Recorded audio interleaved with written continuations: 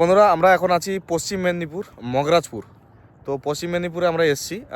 আমার পাশে দেখতে পাচ্ছেন একটা ঝিল আছে। তো এখানে আমরা আপনাদেরকে সমস্ত কিছু সাজেশন দিয়ে থাকি। তো আজকে আমাদের এক্সপার্ট অবিরামবাবু আছেন আইএমসির উপরে। তো আরগুলাস দমন করতে যে মেডিসিন ব্যবহার করা হয় পুকুরে, সেই পুকুরে ব্যবহার করার পরে আবার কিন্তু কিছুদিন পর মেডিসিন ব্যবহার করার সত্ত্বেও কিন্তু পুকুরে আবার আক্রমণ হয়। তো সেই আক্রমণ ঠেকাতে বা অন্যান্য পোকা বা অন্যান্য আপনার জীবাণু ঠেকাতে আমাদের করণীয় কি আছে, সেই ব্যবস্থাপনাটা আমরা আমাদের অবিরামবাবুর কাছ থেকে জানবো।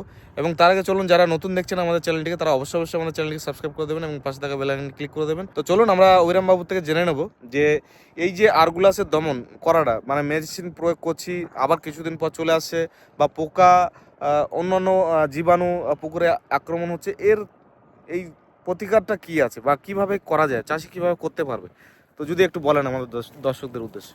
অ্যাকচুয়ালি পুকুরে বা পয়েন্টের সাইডে আপনাকে আগাছাগুলো আগে পরিষ্কার করতে হবে। একটা বিষক্রিয়া দিয়ে পরিষ্কার করে, যেটা যে ঘাস, এই যে আমার ঘাস থাকে পুকুরের সাইডে, চতুর্থ সাইডে, সেই ঘাসগুলোকে আপনাকে আগে ক্লিয়ার করতে হবে। বা আপনি বিষক্রিয়া দিয়ে যদি ক্লিয়ার করতে পারেন, না হলে হাত দিয়েও পরিষ্কার করে পুরো পয়েন্টের সাইডে, ভেতরের সাইডে ঘাসটাকে আপনাকে ক্লিয়ার রাখতে হবে। কারণ হচ্ছে কি, আপনার পয়েন্টে যখন আরগুলাসের মেডিসিন মারা হয়, অলরেডি কিন্তু জল থেকে আরগুলাসগুলো ঘাসের উপরে চলে আসে। সেখানে কিন্তু কিছুক্ষণে বা কিছুদিন পরে আবার রিটার্ন আরগুলাস আবার জলের মধ্যে নেমে চলে যায়। সেখানে কিন্তু অলরেডি রিকভারি ওরা করার পরে দ্বিতীয়বার আবার আরগুলাস চলে আসে। আপনারা কি করবেন, পুরো পুকুরের ভেতর সাইডটাকে ঘাস যেগুলো থাকে আমাচা, সেগুলোকে ক্লিয়ার করে রাখবেন। সেখানে কিন্তু আপনাদের আরগুলাস রিটার্ন আসতে অনেক কম হবে। এই বলে আপনাদেরকে বলছি, পুকুরের পয়েন্টের ভেতর সাইডটাকে আপনাকে ক্লিয়ার সবসময় পরিষ্কার রাখতে হবে। তো বন্ধুরা শুনলেন যে এই যে দেখুন আমার পাশে যে দেখুন, পুরো একদম একদম এই মাথা থেকে এই মাথা পর্যন্ত কোনো ঘাস নেই। পুরো পুকুরটা কিন্তু ক্লিন, একদম কোনো কিচ্ছু নেই, পুরো মাটি বেরিয়ে আছে।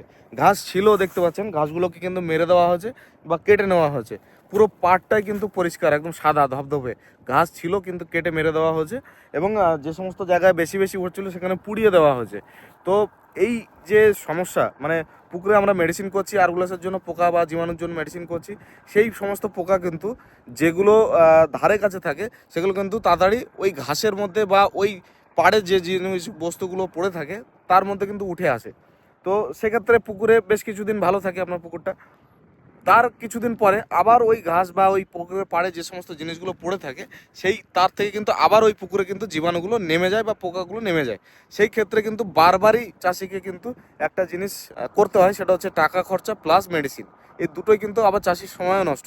তো সেই ক্ষেত্রে বলবো, আপনাদের পুকুরের যে পাড়গুলো আছে বা পাড়গুলো থাকে, এই পাড়গুলো যদি পরিষ্কার রাখতে পারেন, পুরো ঘাস যেগুলো আছে সেগুলো মেরে আপনি মনে করলে এখন ঘাসের অনেক রকম বীজ বেরিয়ে গেছে, সেগুলো দিয়েও আপনি পরিষ্কার করতে পারেন, যাতে পুকুরে না পড়ে। সেটাও আপনাকে ব্যবস্থা মানে করতে হবে, যে ছিটে যাতে পুকুরে না যায়, মাছের প্রবলেম হতে পারে। তো সেক্ষেত্রে আপনাকে গাছগুলোকে মেরে বা আগাছা যা থাক, সেই আগাছাগুলো পুকুরের নিচ পর্যন্ত, একবার দেখুন আমি আপনাকে দেখানোর চেষ্টা করছি, পুকুরের নিচ থেকে কিন্তু পুকুরের পাড় পর্যন্ত কোনো জায়গায় কিন্তু ঘাস নেই। তো এখানে একদম সেম এই পদ্ধতিতে কিন্তু করা আছে, কোনো জায়গায় কোনো পাড়ে কিন্তু ঘাস নেই। তো এটা পুরোপুরিভাবে পরিষ্কার করা হয়েছে এই কারণেই, যাতে কোনো রকম জীবাণু বা পোকা পুকুর থেকে উঠে আসার পরে একবার যেন আবার নিচে না নামতে পারে, তার জন্যই করা হয়েছে।